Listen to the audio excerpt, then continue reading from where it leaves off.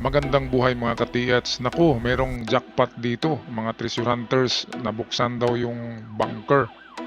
At merong napakaraming laman na nickel bobets. Ayon sa kanilang lapida ay meron umabot daw ng 1 billion ang nakalagay sa lapida. At ito'y federal bunker. Kapag sabihin natin federal, US government ang may-ari niyan. Ngayon, mura lang ang per kilo nito, nasa 300 to 700. Tatlong klase kasi ito, nickel base, tin base, at lead base. So ito, panoorin muna natin to. Waray kalendaryo. Oh. Pero ne. Oh. Okay. May narinig ako na waray. Sabi waray kalendaryo, sa ano daw ito agusan daw ito na tagpuan. So bakit merong waray, di ba? Dapat sa Leyte. Merong kaagad butas. Okay, at ito, pakinggan nyo ang kalansing. Oh. Oh. Ang tunog, yun ang pakinggan nyo. Okay. Mga ka-TH, ayun. Anong tunog ba yun? Tunog ba yun ng nickel? Tunog ba yun ng lead? Tunog ba yun ng tin? Tin ay lata eh. Ang lead ay tingga. Nickel ay nickel. Meron akong nickel pero bingi ang tunog ng nickel ay hindi kalansing. Kaya ito ay matitigas na metal. Sa tingin ko, hindi ito yung malalambot na klase. Kasi kumakalansing eh. Kaya, ewan ko lang sa inyo mga ka-TH, kayong maghusgan yan. Money ang 23 pieces, money ang nickel babel. Okay, so ito yung video ng tatlong uri ng nickel babet. Panoorin natin. Nickel babel. Oh, nickel base. Then ang kini, lead base. Tin base. Oh, 80 billion pieces ni siya. Assorted. Makita mo sa lapida Okay, nailalapidaan. Okay, meron daw silang lapida. Ito yung naka-file na 1 billion pieces. Ang dami-dami naman. Kung ang sa akin lang, kung sa US Federal bunker ito, ay dapat kinuha na ito ng US Federal nung pagkatapos lang ng liberation ng giyera 1945. Kasi sa kanila naman ang namahala ng Pilipinas noon after 1945 ay mga Amerikano at binigyan tayo ng kalayaan na magkaroon ng sariling presidente after mga 3 years na. Kaya pwedeng kinuha na ng Amerikano kung sa Amerikano yan. Kasi yung lapida dito nakalagay US Federal Bunker. Tingnan nga natin. Ito yun, no?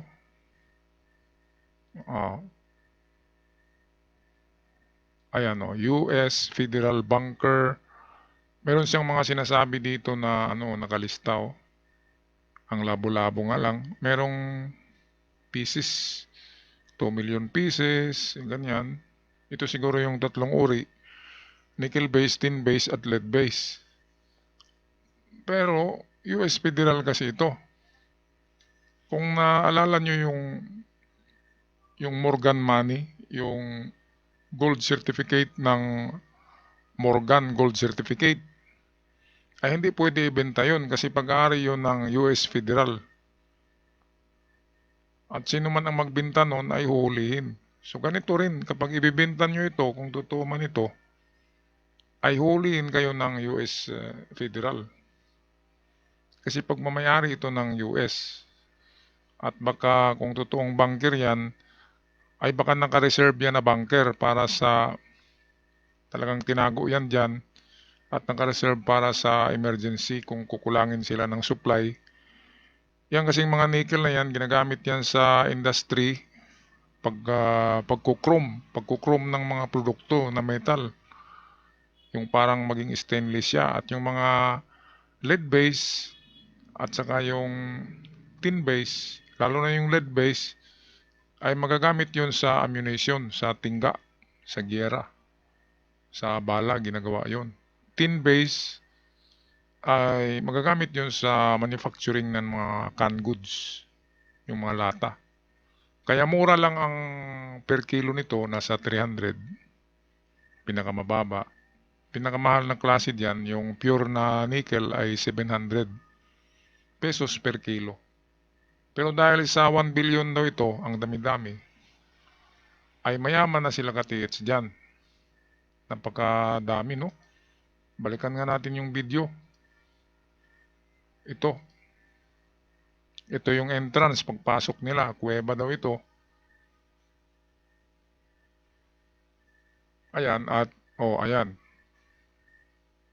Isang bahay yan na nakapahil, ang dami-dami. At hanggang sa ngayon ay hindi pa raw ito nabili kasi ang dami-dami. At sino ba namang bibili ng hindi mo maibenta, di ba? Bibilin mo yan kahit 200 bawat piece, ay mabenta mo rin 300 lang. Hindi ka naman pwedeng bibili ng isa lang dyan. Ayan o, nakapile yan. Mataas pa sa height ng tao ang pile. Sobrang dami talaga. At kung ano naman yan, kung ginawa lang, ang daming kahoy na nilagari niya, no? 1x2 na kahoy. Andin pininturahan. Yung kalansing na tunog, pwede naman mag-record ka noon ng metal na kumakalansing. Ang i-record mo at presto, paggagawa ng video ay parang kalansing ng metal. 23 pieces. Yung narinig nyo. Halimbawa ay ganyan, no? Yan, yung mga kalansing na yan. Ayan. Ay pwedeng kahoy lang yan, pero merong sa likod na naghawak ng mga totoong metal na kumakalansing. Kaya ang tunog niya ay talagang hardened metal, hindi yung malambot. Subukan nyo nga ang tingga. I-ano nyo, patunogin nyo kung gano'n na tunog. Kasi malambot ang tingga, walang tunog. Hindi gano'n na kalansing, di ba? Ito yung buong kwarto ito. Balikan nga natin. Yan. Yan yung nakapile 1 billion pieces of nickel bavets. Lead base, tin base, at nickel base. Yung nickel base ang mahal, 700 pesos per kilo. So kung nasa 3 kilos yung bawat babet, ang bawat babet ay nasa 900 to 2,000 pesos. So ito, pag transport ay napakalaging sasakyan ang lalagyan yan kasi napakarami pero napakababa ng presyo. Ang ganda tingnan, no, mga katiyat, sana totoo ito. Dami kasing magaling gumawa ng mga replika. At kung totoo ito, dapat ibenta nila per piece. Pwedeng makabili ang gustong bumili 3 piraso, 4 na piraso. Kasi wala talagang bibili ng ganyang kadami. Kasi may marka na US Federal.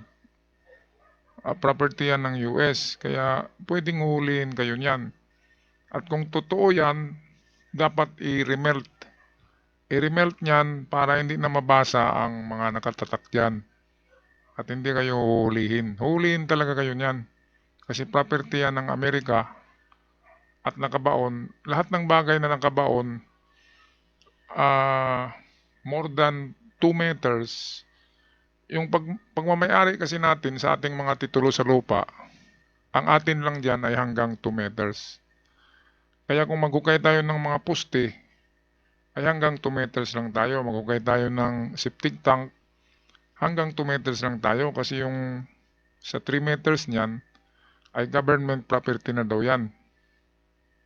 Kalukuhan, di ba? Kaya kung may mahukay tayo, above 2 meters deep, lalim na 3 meters, 4 meters, hindi na yan atin. Kahit nahukay natin yan sa ating lupa.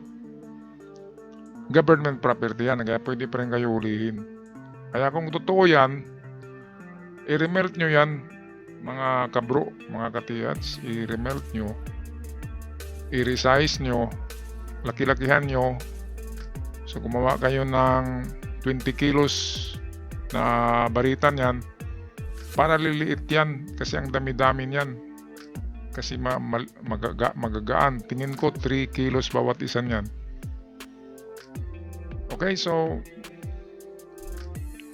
mga katiyats, comment nyo lang sa ating comment section. Kayo ba'y maniniwala na mga totoo, legit ito na mga nickel babets?